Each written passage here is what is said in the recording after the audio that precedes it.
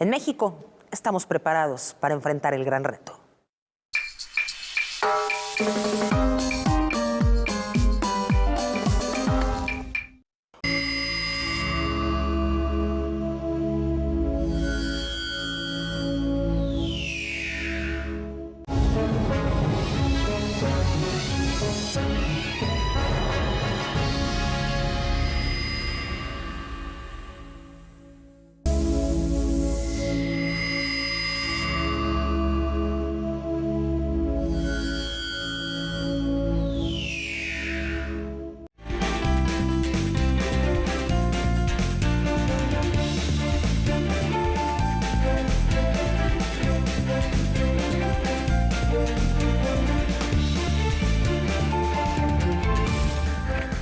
El Instituto Goethe continúa celebrando la cultura. Y en este miércoles internacional, la doctora Ileana Rodríguez Santibáñez nos habla de las implicaciones de la muerte de la reina Isabel. Entre otras cosas, tenemos esto, Rafa, en el programa. Así es, mi querida Laura, amigos del auditorio, muy buenas noches, bienvenidos a Noticias 22.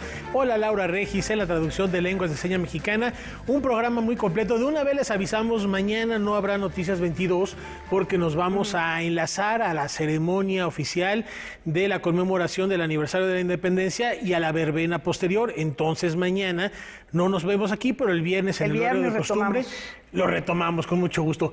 ¿Y arrancamos? Y comenzamos porque vamos a hablar de identidad e historia y para ello viajamos a Tlaxcala. Esto es en el siglo XIX.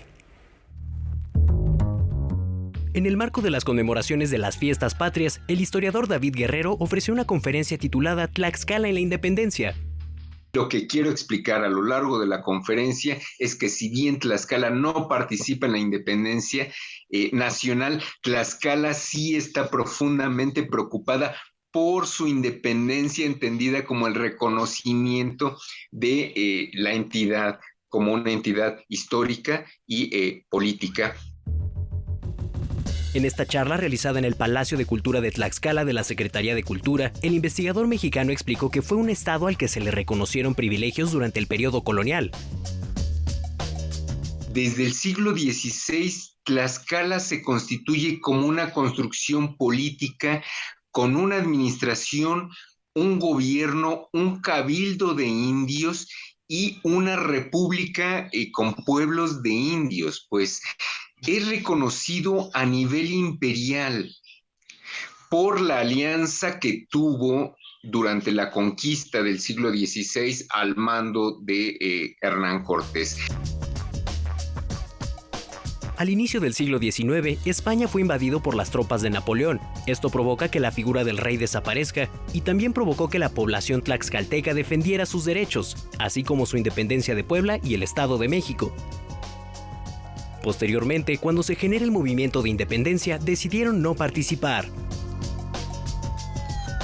No traicionó a México durante la Guerra de Independencia porque su lealtad estaba puesta hacia la corona española y no podía traicionar a algo que todavía no existía porque México no existía como país antes de la consumación de la independencia. Entonces, es quitarle, digamos, ese título de los traidores tlaxcaltecas. No es lo mismo la República de Tlaxcala del siglo XVI que la República de Tlaxcala que encontramos en el siglo XVIII o la que pelea por su subsistencia en el siglo XIX. Son entidades y construcciones que se comprenden en sus coordenadas históricas. No hay que ver una Tlaxcala a través del tiempo porque sería algo como ver un México a través de los siglos.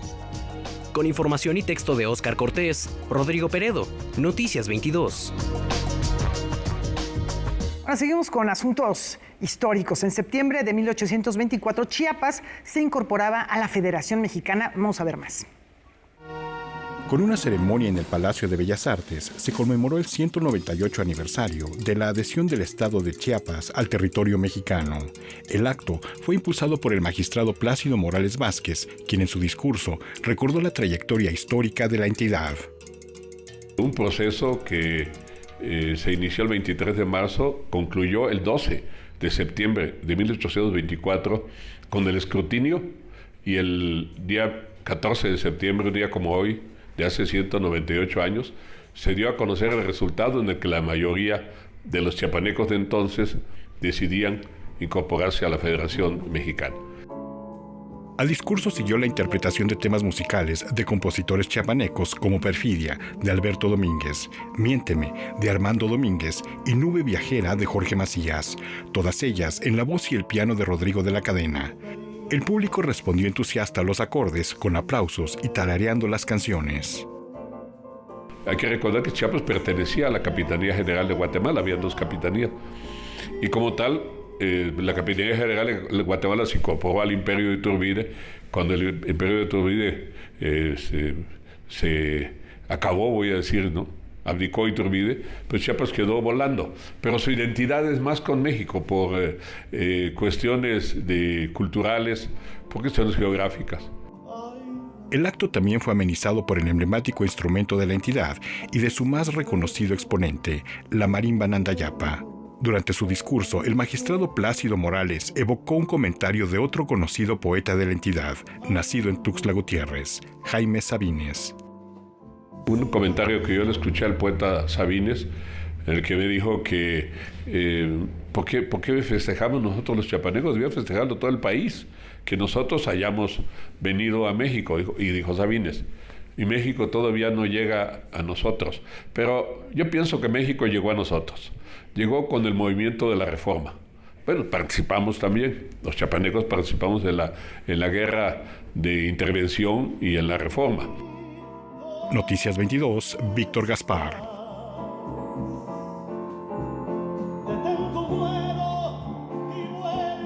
Rescatan de las arenas del olvido a otro de los representantes del muralismo nacional.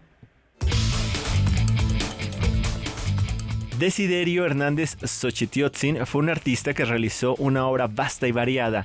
Inició en el muralismo, pero también incursionó en otros géneros y estilos. Es un personaje muy poco conocido, aunque yo creo que muchos de nosotros conocemos su mayor proeza, que es un mural de 450 metros cuadrados en el Palacio de Gobierno de su estado natal, en Tlaxcala. Y es la pieza que conocemos todo el mundo, es donde él narra la historia de su estado desde la época prehispánica hasta los principios del siglo XX.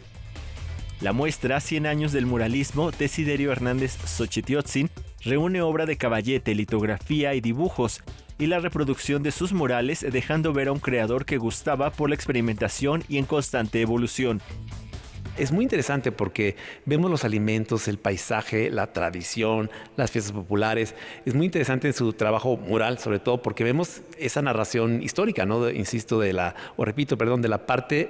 Desde la parte prehispánica. Y no solo en sus murales, también en obras más pequeñas o de formato menor vemos muchas fiestas, piñatas, el carnaval de Huejotzingo, ahí está plasmado. Entonces él, insisto, yo creo que es lo que lo vuelve rico o universal, ¿no? Cómo va plasmando su entorno principalmente con el color, con la naturaleza. La muestra se presenta en la Sala Miguel de la Madrid, en el Complejo Cultural Los Pinos. La entrada es libre. Noticias 22, Alberto Aranda. El otoño llega vestido de cultura a la UNAM. Ópera, danza, música, teatro y muchas otras expresiones artísticas integran la oferta del Festival Cultura UNAM, una magna celebración escénica que organiza este otoño la Coordinación de Difusión Cultural de la máxima casa de estudios. La intención era hacer, digamos, un regreso a las actividades presenciales con un festival multidisciplinario que abarcara todas las disciplinas a las que Cultura UNAM se aboca y poder tener pues lo mejor de la programación durante casi 17 días, que es lo que dura este festival. La primera edición del festival, a realizarse del 30 de septiembre al 16 de octubre en más de 25 sedes universitarias, presenta una programación vasta y plural que atiende a todo tipo de públicos y prioriza el talento nacional, desde los mambos de Pérez Prado interpretados por la OFUNAM hasta la propuesta del performer mushe Lucas Avendaño. Durante todo el festival hay más de 100 actividades y participan más de 500 artistas. Entre las actividades más destacadas de esta gran fiesta de reencuentro y resiliencia, destaca el estreno mundial de la ópera La Sed de los Cometas, comisionada al compositor Antonio Juan Marcos con libreto de Mónica Lavín. Tenemos también el grupo Daka Braka, que es de origen ucraniano, en el cierre del festival en la Sala Nezahualcóyotl el 16 de octubre a las 7 de la noche. Dentro del festival tendrá lugar la serie de conciertos Música contra el Olvido, donde participarán la rapera estadounidense Snow Tha Product y la artista punk Lydia Lunch. Un encuentro dirigido a jóvenes en donde tenemos música sobre todo de hip hop, de punk, rock, electrónica. Son 3 días, el viernes 14, el sábado 15 y el domingo 16. El Festival Cultura UNAM se llevará a cabo del 30 de septiembre al 16 de octubre. La programación completa puede consultarse en festival.culturaunam.mx. Para Noticias 22, César H. Meléndez. La Sultana del Norte se sumergirá en las narrativas de un nuevo mundo. Todo listo para que arranque la 30ª Feria Internacional del Libro de Monterrey. Pospandemia, migración y narrativas de un nuevo mundo serán los 3 ejes rectores sobre los que versarán las poco más de 900 actividades del encuentro. Hace algunas horas, en conferencia de prensa, se lanzó el programa literario. Estamos apostando por diferentes encuentros, mesas de diálogos que vertebren estas conversaciones, estas discusiones desde el terreno literario al académico. Conversaciones en las que participan tanto escritores como académicos, por supuesto, con una gran delegación de Coahuila, que es el invitado de honor. También habrá debates y recitales de poesía. Se rendirá homenaje a Elena Poniatowska, a Humberto Musacchio y al editor de Kino, Daniel Divinsky. El público infantil tendrá acceso a 751 actividades distintas a través de un nuevo pabellón. Entre los eventos más llamativos destaca la presencia de un holograma del artista multidisciplinario Alejandro Jodorowsky. Es la primera vez que yo sepa que una conferencia en holograma se llevará a cabo en una feria del libro. Alejandro Jodorowsky está entusiasmadísimo con esa posibilidad porque un hombre que ha cultivado la magia de la manera que lo ha hecho va a cumplir, digamos, con ese ejercicio. Lo tendremos aquí caminando entre nosotros mientras conversa. Por primera vez en la historia de la feria se contará con la colaboración de diferentes universidades del estado. Estaremos con una presencia a través del programa en 41 ciudades del país. La feria se expande, digamos, a lo largo y ancho del país a través de la infraestructura que le permite la institución que la organiza, ¿no? El Tecnológico de Monterrey. La 30ª Feria Internacional del Libro de Monterrey se realizará del sábado 8 al domingo 16 de octubre en el Centro de Convenciones y Exposiciones Cintermex de la capital neolonesa. Noticias 22, Rodrigo Peredo.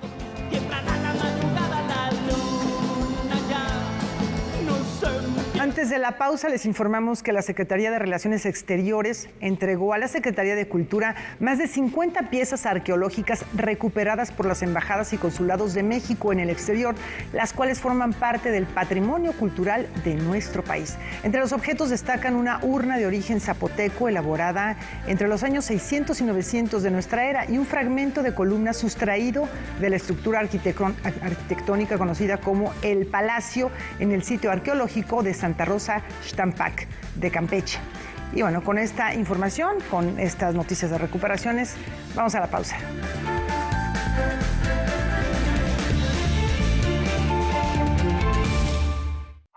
En Canal 22 está el mejor cine, con los más variados filmes y ciclos que permiten conocer todas las distintas tendencias y géneros cinematográficos del mundo. En 3 años, las audiencias de Canal 22 crecieron en casi 30 millones de televidentes, es decir, 58%. Cinema 22 mexicano. Sus caras se me hacen un tanto conocidas. Cinema 22 de 5 estrellas. C'est intelligent. Oui, très intelligent. Cine de culto. Au moins, vous risquez pas d'être un légume, puisque même un artichaut a du cœur. Zona M. Siempre hemos estado en medio crimen organizado, grupos armados. Zona D. ¿Sabes cuántos errores cometemos por no quedarnos solas? Y visión periférica. Llegar a un mundo incierto, no sabes a dónde vas. Anúnciate en Canal 22, el canal cultural de México. Comercial @canal22.org.mx. Los esperamos en esta nueva emisión de Rumbo a Mondiacult 2022. Hoy vamos a hablar de economía creativa y sus vínculos con el futuro del planeta. Y nos acompaña nuestra entrevistada Isabel Gil. Los esperamos, no se lo pierdan. Aquí estaremos. Rumbo a Mondiacult. Nuevo capítulo, miércoles, 22 horas. Aquí en el estudio de Pantalla de Cristal con Vanessa Hoff, quien ganó el premio a la mejor reportera del Festival Pantalla de Cristal. ¿Cuál es el espíritu de la reportera, Vanessa? Pues creo que una reportera tiene que ser ética y tiene que ayudar a la gente a comprender ciertos fenómenos sociales. Una reportera que es la revelación, sin duda, del Festival Pantalla de Cristal. Vanessa Hoff, aquí en Canal 22. Miércoles, 21:30 horas. Somos el TCDMX. Y seguro nos conoces por qué. Somos el árbitro antes, durante y después de una elección en la Ciudad de México. Verificamos las decisiones en pueblos y barrios originarios, partidos políticos y de participación ciudadana. Date cuenta, protegemos tus derechos político-electorales. Tribunal Electoral de la Ciudad de México, garantizando justicia en tu elección.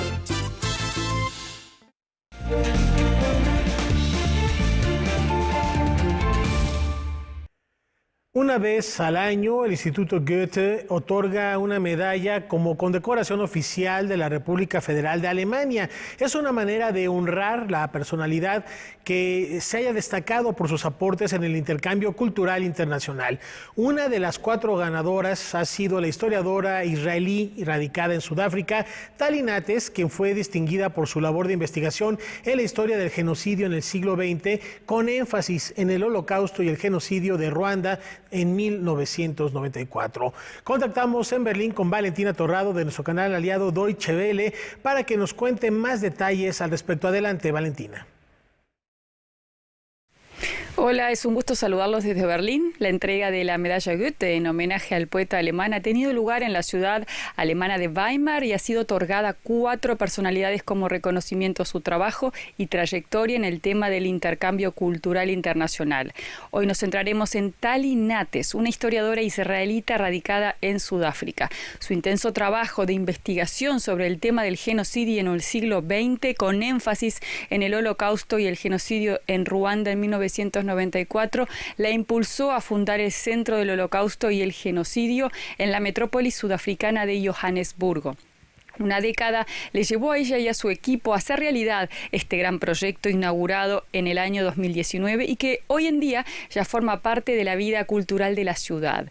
El diseño del edificio está cargado de simbolismos como las vías de tren utilizadas para la fachada, al igual que la piedra y el ladrillo como materiales predominantes. En sus trabajos científicos, Nates examina y compara las raíces de ambos acontecimientos, la política racial impulsada por los nazis, las leyes de la apartheid y los conflictos étnicos, y se pregunta qué se puede aprender del legado en relación con las guerras actuales. Nates aporta así una nueva perspectiva que analiza esta historia más allá de Alemania y Europa. Sudáfrica alberga la mayor comunidad judía del continente africano desde el siglo XIX.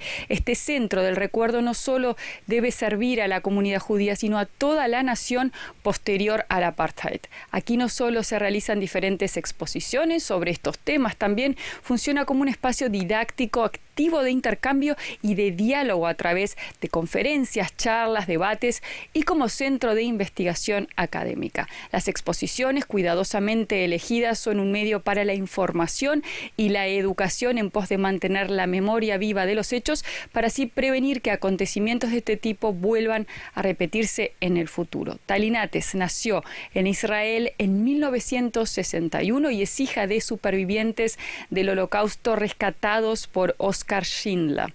Estudió historia en la Universidad Hebrea de Jerusalén. Desde 1985 vive en Sudáfrica, donde continuó sus estudios en la Universidad Witwatersrand de Johannesburgo. Además de ser la fundadora y directora del centro, Tali Nates da clases y conferencias sobre estos temas en todo el mundo.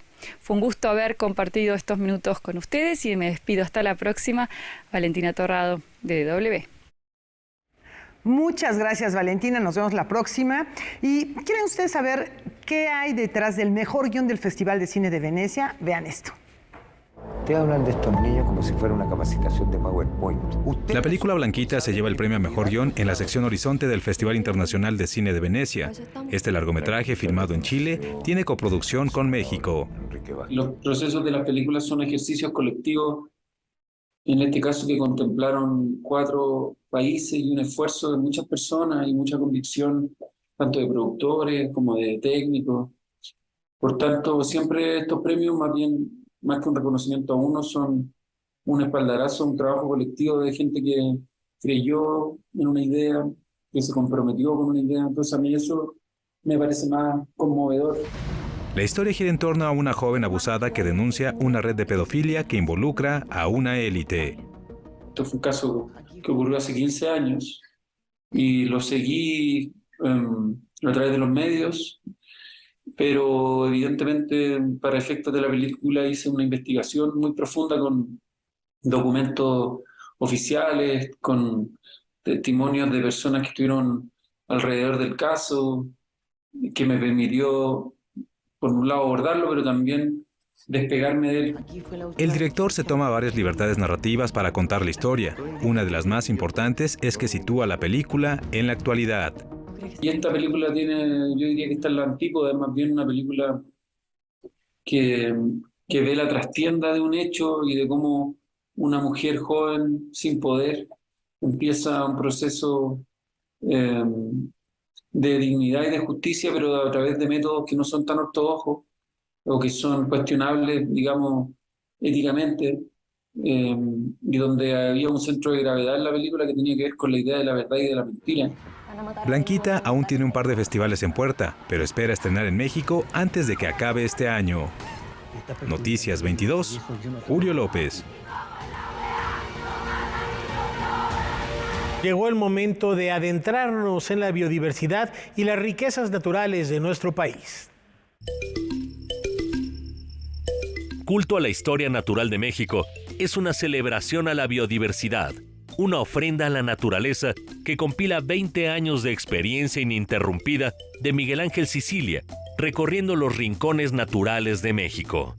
Después de estos años como realizador independiente, me di cuenta que ya tenía un acervo muy interesante, muy bonito, que compilaba ya prácticamente todos los ecosistemas de México. Con voz y guión de la neurocientífica Montserrat Armenta, con más de 100 especies en escena que integran la increíble historia natural de México, esta obra se presenta en diferentes circuitos donde incluso ya ha ganado algunos premios. Ha tenido muy bonita aceptación, está en distintos festivales de cine en la Ciudad de México y está en uno que fue selección oficial de un festival de cine de medio ambiente y naturaleza que se llama Cinema Planeta.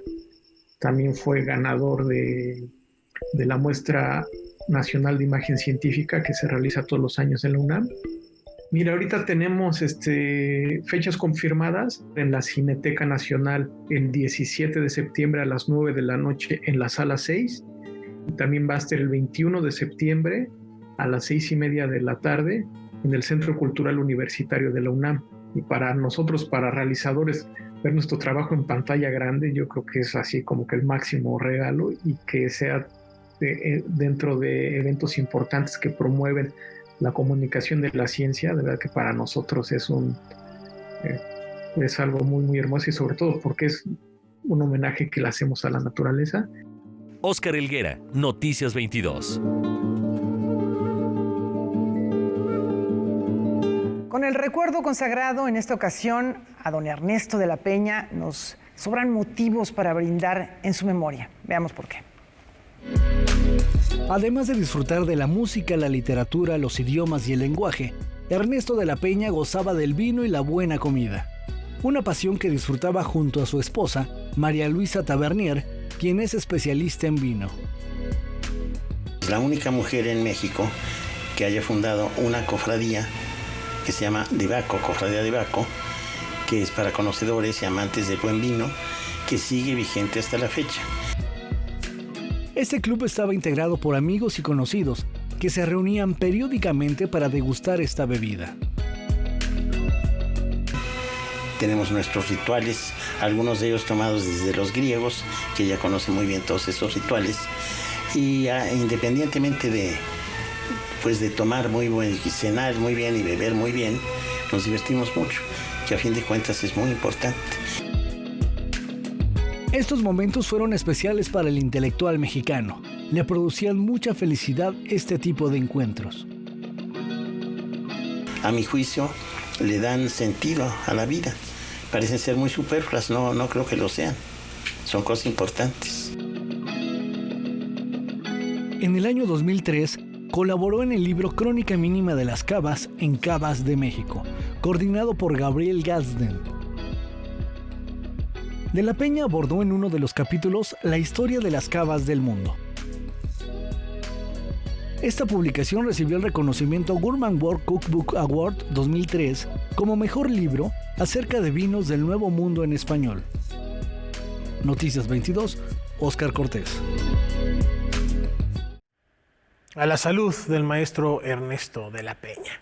Cambiamos de tema. Isabel II, muerte y legado será el tema esta noche en Debate 22, cuando Kimberly Armengol reciba a la profesora e investigadora de la UNAM, María Cristina Rosas, para reflexionar sobre la trascendencia de la monarca más longeva del Reino Unido. No se pierdan esta conversación al término de Noticias 22, invitación con lo que nos vamos a una muy breve pausa.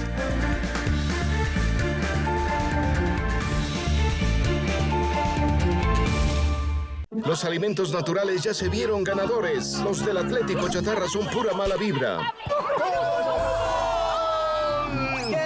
Este partido se pone chatarra. Intentan doblar a los del Club del Antojo a fuerza de ingredientes malignos. Los alimentos saludables son nuestros héroes salvadores. Recuerda revisar el etiquetado, haz ejercicio todos los días y disfruta de gran salud. Come como nosotras y ponte saludable. ¡Pura vitamina! Artista visual y cineasta. Ha sido ganadora de 4 premios Ariel gracias a sus trabajos destacados como fotógrafa, codirectora y directora. Entré a la Escuela de Artes Plásticas el día que cumplí 15 años. De la pintura al cine, del muro a la pantalla. Además, es miembro de la Academy of Motion Picture Arts and Sciences.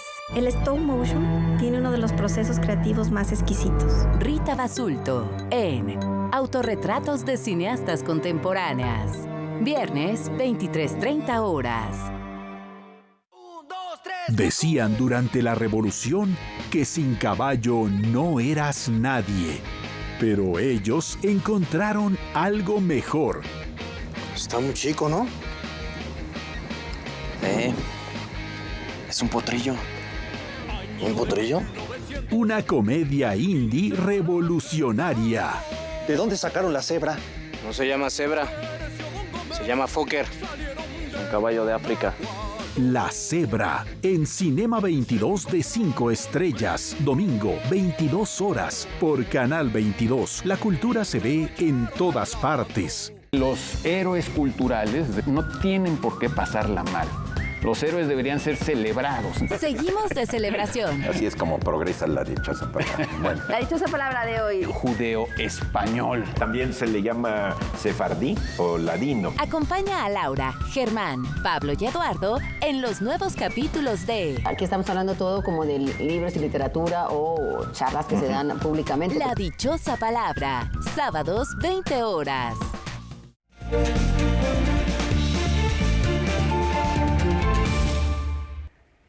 Es momento de echar un vistazo al acervo de Canal 22. Vamos a ver qué se encontró esta semana nuestro compañero José Antonio Hernández.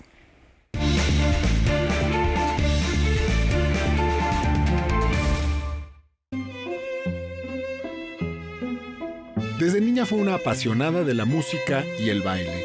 Creaba pasos para sus coreografías, pero no solo se trataba de movimientos armónicos, sino contaba historias y plasmaba sentimientos.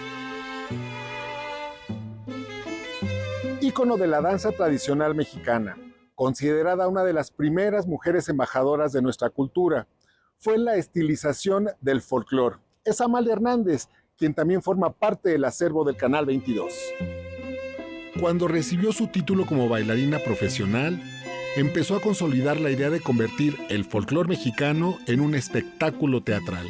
Playing the guitar when I was very, very young. Then I started dancing because I like to dance in the festivities in some farms that my family had with the people in the fiestas there.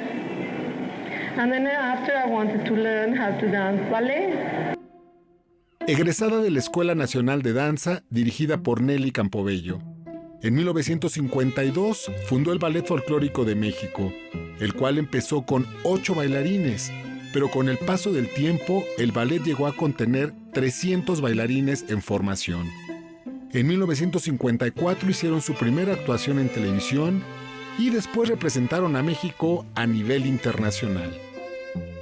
Don Emilio Azcárraga fue el que me invitó que hiciera el espectáculo para el turismo en Televicentro.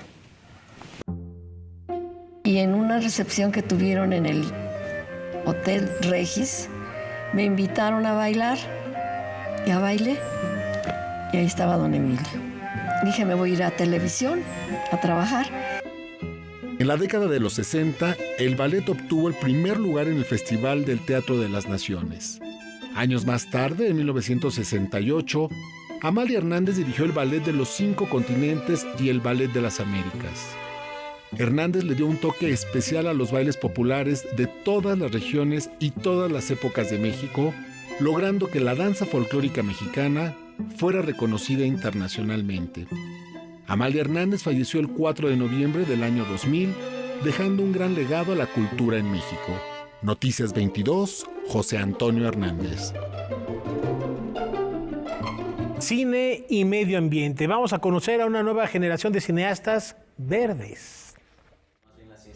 Mejorar las prácticas medioambientales y desarrollar la producción audiovisual es parte de los objetivos del programa Huellas Verdes impartido por el Centro de Capacitación Cinematográfica como parte del proyecto Chapultepec, Naturaleza y Cultura. Pone a prueba, ¿no?, el modelo académico de la escuela también y también es interesante porque estamos ensayando estas prácticas de producción para reducir el impacto ambiental de las películas. Se lanza la convocatoria y en la primera etapa se revisan y seleccionan los guiones que serán asesorados. En la segunda fase se realiza una residencia en el Centro Cultural Los Pinos. Luego se eligen 5 guiones que serán producidos en su totalidad. Yo creo que para los chicos es muy emocionante, ¿no? También pues tener este acompañamiento en la creación, porque sí, hay muchas personas que producen de manera muy independiente y bueno, estos son proyectos independientes, pero que tienen este acompañamiento. La primera edición ha sido todo un éxito, pues 2 de los proyectos ya están participando en festivales internacionales. Polvo de Montaña forma parte del Festival Shorts México y Hora Petrolera se estrenará en el Festival Internacional de Cine de Morelia. Hace unos días revelaron los 5 proyectos seleccionados para ser producidos en la segunda edición de Huellas Verdes. Empiezan su preproducción desde ya. Y los cortos tendrán que estar terminados para presentarse en Los Pinos en diciembre. Tendrán su función el 16 de diciembre. El único requisito para formar parte de esta convocatoria es que previamente el postulante haya realizado un trabajo audiovisual. Noticias 22, Julio López. Vivir con los papás es tendencia. Vamos a echar un vistazo al porcentaje de jóvenes que se emancipan.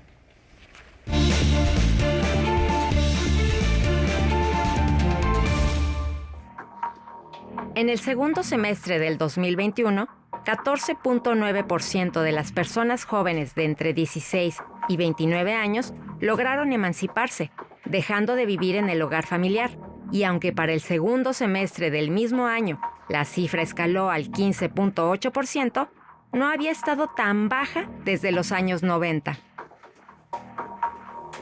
A la par, el desempleo juvenil también registró mejorías, pero aún así es la cifra más baja desde el 2008. Antes de continuar, es necesario informar que lo anterior ocurre en España y los datos provienen del informe Observatorio de Emancipación, que fue elaborado por el Consejo de la Juventud de España y difundido en el diario El País. De acuerdo con el estudio, la tasa de emancipación española continúa por debajo de la media europea y el perfil de la persona joven que logra salir de casa no es tan joven, ya tiene 29 años. Pero más allá de que la mejoría señalada no es real, el informe encontró que esta se debió a la recuperación del empleo, que fue destruido durante los peores meses de la pandemia. Sin embargo, la calidad de este es precaria, pues 55.4% de las y los jóvenes españoles solo pudieron obtener un contrato temporal en el segundo semestre de 2021. Además, el aumento de empleo no se acompaña del aumento del salario, por lo cual existe una gran brecha entre los altos precios de la vivienda en España y los sueldos insuficientes de quienes buscan emanciparse. De ahí que, para la juventud española, la opción sea compartir vivienda. Otro hallazgo del informe fue la brecha de género. Ser mujer y ser joven es más complicado, pero ser mujer, ser joven, ser discapacitada o pertenecer a una minoría racial hace que el lastre sea muchísimo mayor, afirmó la presidenta del Consejo de la Juventud de España. Ante la mayor precariedad laboral de las mujeres españolas, la titular del Consejo indicó que es necesario sensibilizar acerca de estas desigualdades en el ámbito social, laboral, profesional, político y cultural para poder revertir la situación. Muy familiar a lo que sucede en México, ¿no cree? Para Noticias 22, Katia León Monterrubio.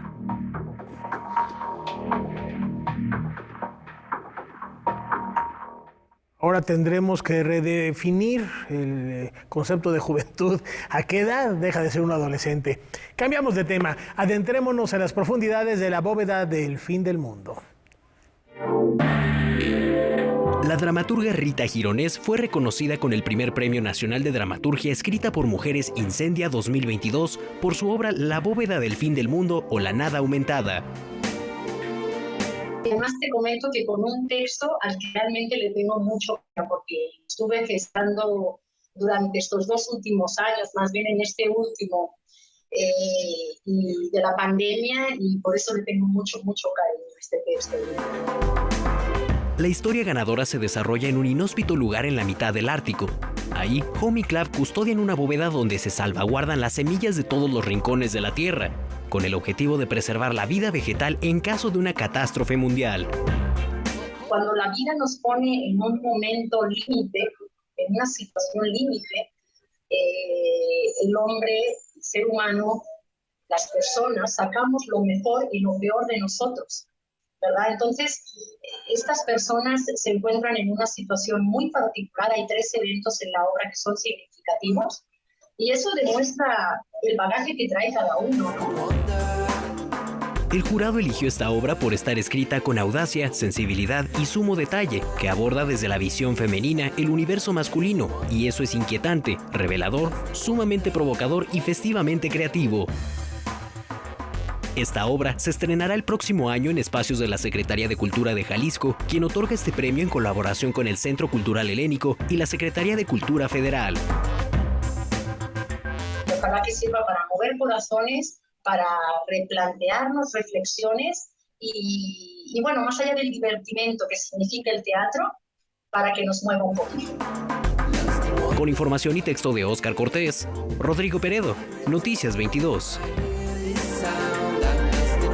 Pablo Baullosa nos hace una provocación para ejercitar nuestra mente y celebrar nuestro idioma. Ese espacio en la lengua viva, en donde lúdicamente se conjunta la imaginación, la creatividad y el ingenio. Ese acertijo que nos desafiaba en la infancia y aún después. Es lo que el escritor Pablo Baullosa nos presenta en su libro Adivinario. Son 27 adivinanzas, una por cada letra del alfabeto, que se acompañan de ilustraciones creadas por Cecilia Révora. A todos nos gusta tanto la música como llevar el ritmo, como también el hecho de que a todos nos gusta superar retos y sobre todo interpretar bien los indicios que nos ofrece la realidad. Y en ese sentido es un entrenamiento tanto lingüístico como pues un buen ejercicio mental. Prueba con esta adivinanza. ¿Puedes encontrar la respuesta? Calumnia a muchas personas y a otras personas alaba, y siendo la misma cosa, o edifica o descalabra.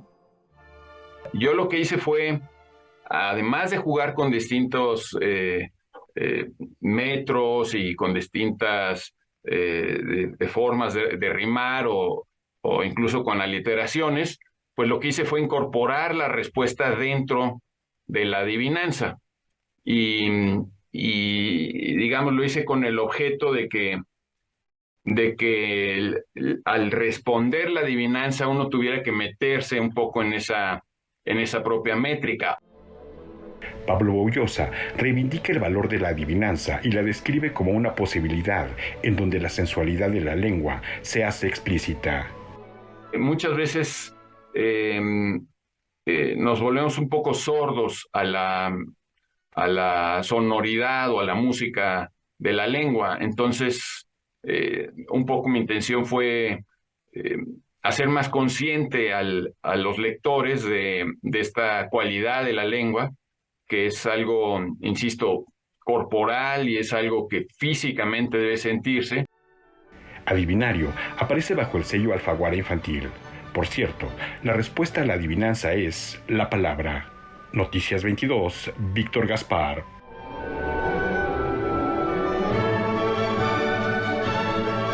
Antes de la pausa les informamos que la jefa de gobierno de la Ciudad de México, Claudia Sheinbaum, entregó a John y Gabriel Shipton, padre y hermano respectivamente de Julian Assange, las llaves de la ciudad. En la ceremonia estuvo presente la secretaria de Cultura, Alejandra Frausto Guerrero. Con esta información nos vamos a una muy breve pausa.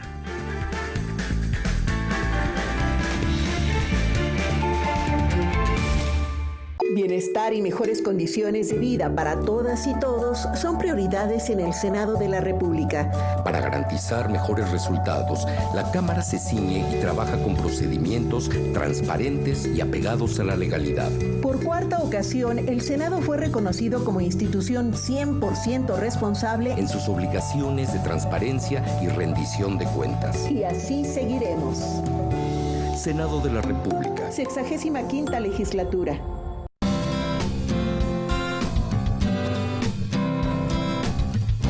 Como audiencia, tienes derechos. Debes conocerlos para poder ejercerlos y ser parte de los televidentes críticos y participativos. Es muy importante que sepas que la televisora no debe transmitir ningún contenido que promueva cualquier discriminación o que atente contra la dignidad humana. Para más información, consulta la página de defensoría.canal22.org.mx.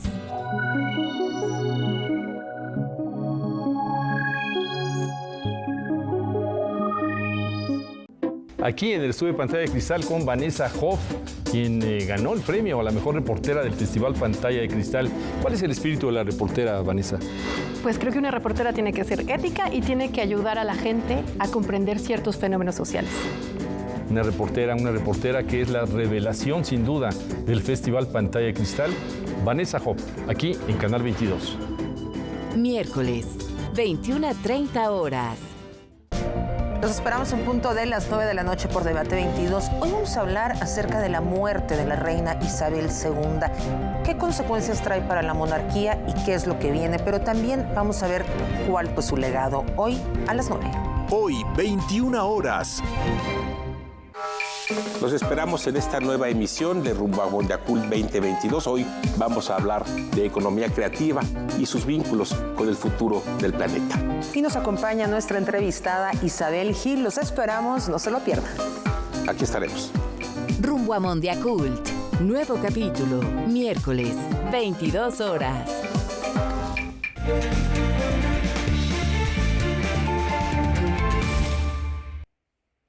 Tomando como pretexto un símbolo de nuestro país, esta muestra nos lleva de la tierra al cielo. Francisco Martín del Campo tuvo al Ángel de la Independencia por compañero desde su infancia y hasta su mayoría de edad. Vivía en un edificio diseñado por el arquitecto Mario J. Pani en la Avenida Reforma. Esta victoria alada ha sido tema recurrente en su obra pictórica, de la que ahora presenta más de una veintena de lienzos en la exposición De la Tierra al Cielo. La primera parte en esta exposición vas a ver ángeles de manera muy clásica, con diferentes ángulos, de frente, de abajo hacia arriba, de lado, con diferentes fondos. Después lo empiezo a incorporar al entorno urbano. Entonces un ángel metido en la Reforma, en el contexto de los edificios. En la mayoría de los lienzos predominan tonos suaves. Sin embargo, Francisco Martín del Campo también experimenta con otros recursos pictóricos. Después lo descompongo en collage, aludo a épocas del ángel como en el 57 que se fracturó, verás algunos collages con el ángel fracturado. Después lo vuelvo a descomponer en obra más abstracta y finalmente cierra la exposición con obras del ángel ya desprendido de la columna, volando, un ángel mucho más etéreo. De la Tierra al Cielo se presenta en la Casa Rivas Mercado. Es la primera muestra que presenta el recinto, el cual requirió de una década para ser restaurado, y que con esta muestra se procurará fondos para su mantenimiento. La exposición se acompaña de algunos acervos relativos a la concepción de la columna de la Independencia. Su colección tiene que ver con la Victoria alada y justo en este salón en el que estamos, aquí se diseñó la columna de la Independencia, fue el despacho del arquitecto Antonio Rivas Mercado. Así es que bueno, iniciamos el mes patrio con esta exposición, con este tema. De la Tierra al Cielo estará abierta al público hasta el 9 de octubre en la Casa Rivas Mercado, en la Colonia Guerrero. La entrada es libre. Noticias 22, Víctor Gaspar.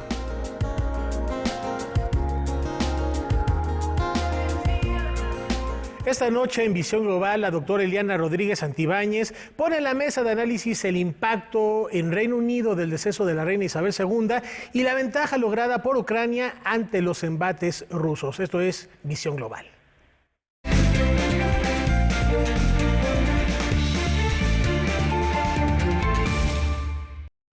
Doctora Eliana Rodríguez Santibáñez, qué gusto estar contigo para platicar acerca de estos temas que comentaba ya Rafa, dos grandes temas, muy difícil resumirlos en unos cuantos minutos, pero tratemos de hablar de este impacto del deceso de la reina Isabel. Y por otro lado, esta sorpresa, como que ahora Ucrania pues parece que está ganando terreno.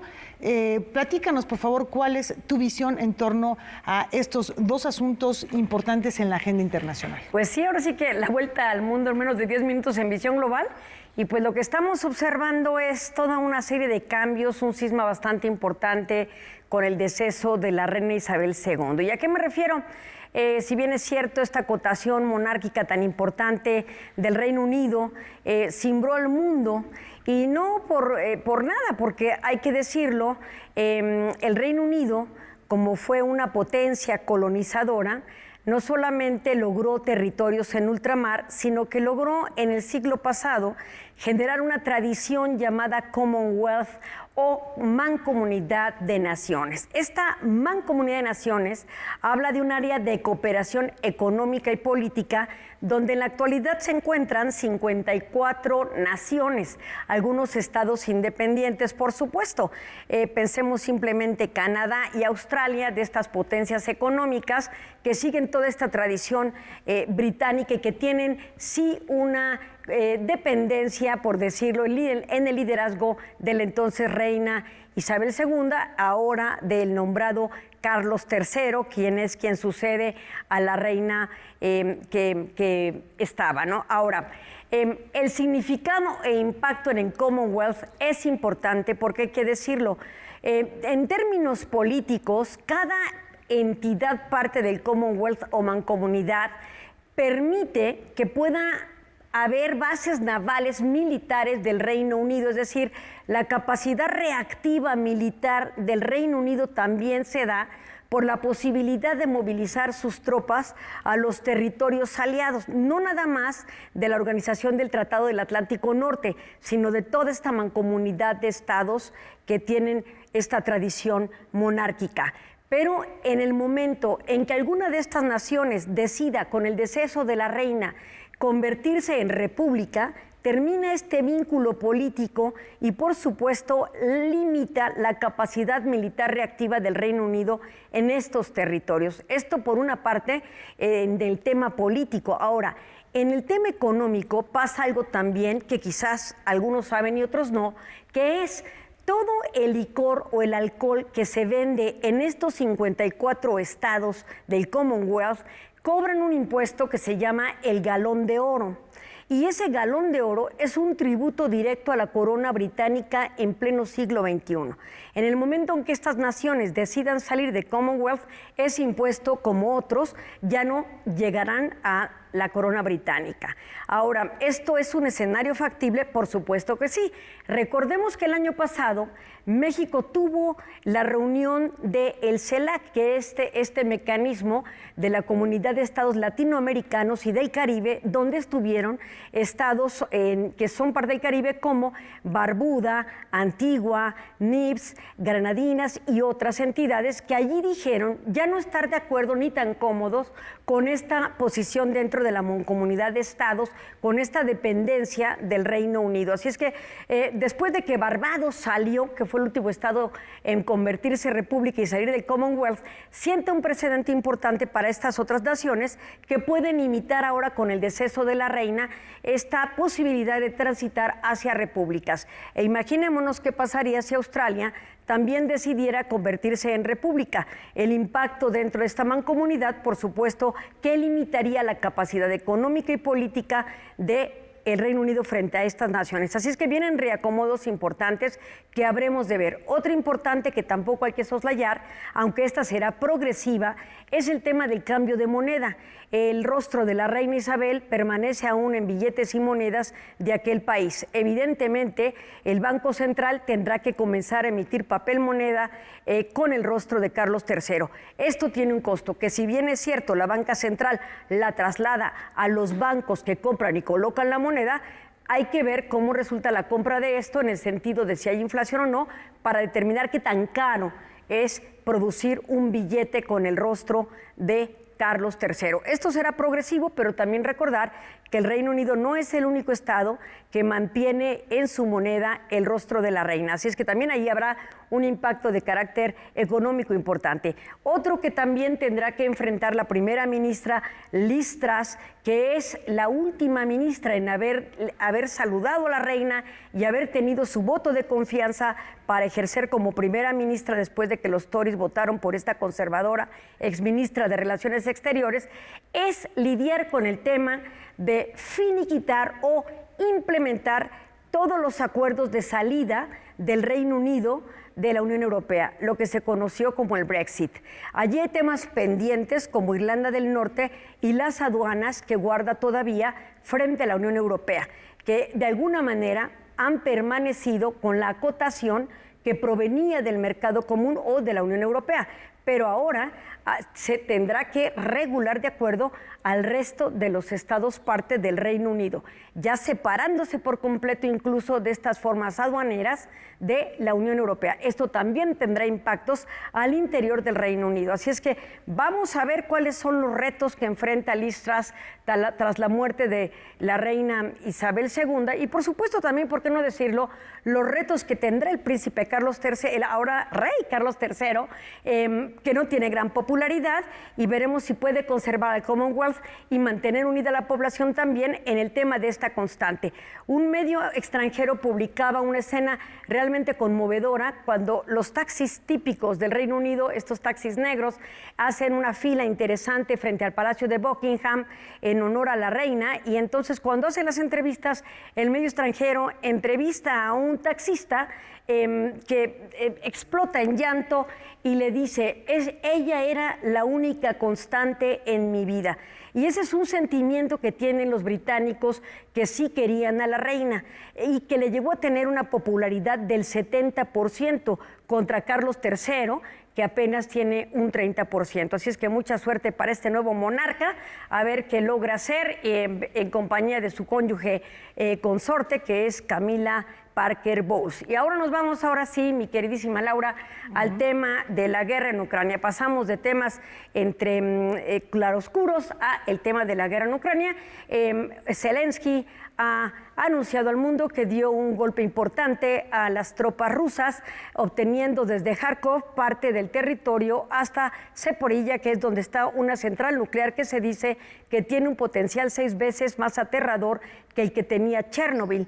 Así es que ahora ya está en mano de los ucranianos. Hay que decir, Ucrania tiene dispuestos en esta guerra a 1 millón de hombres y mujeres combatiendo al invasor, mientras que Rusia tiene 250,000 soldados en esas zonas. Así es que si hay un repliegue de las tropas rusas, este es un buen anuncio para Ucrania, pero en la guerra, aunque hay un derecho que limita los métodos de la guerra, que es el derecho internacional humanitario, las estrategias y las tácticas de guerra no están limitadas. Así es que pueden haber sorpresas en el camino en lo subsecuente.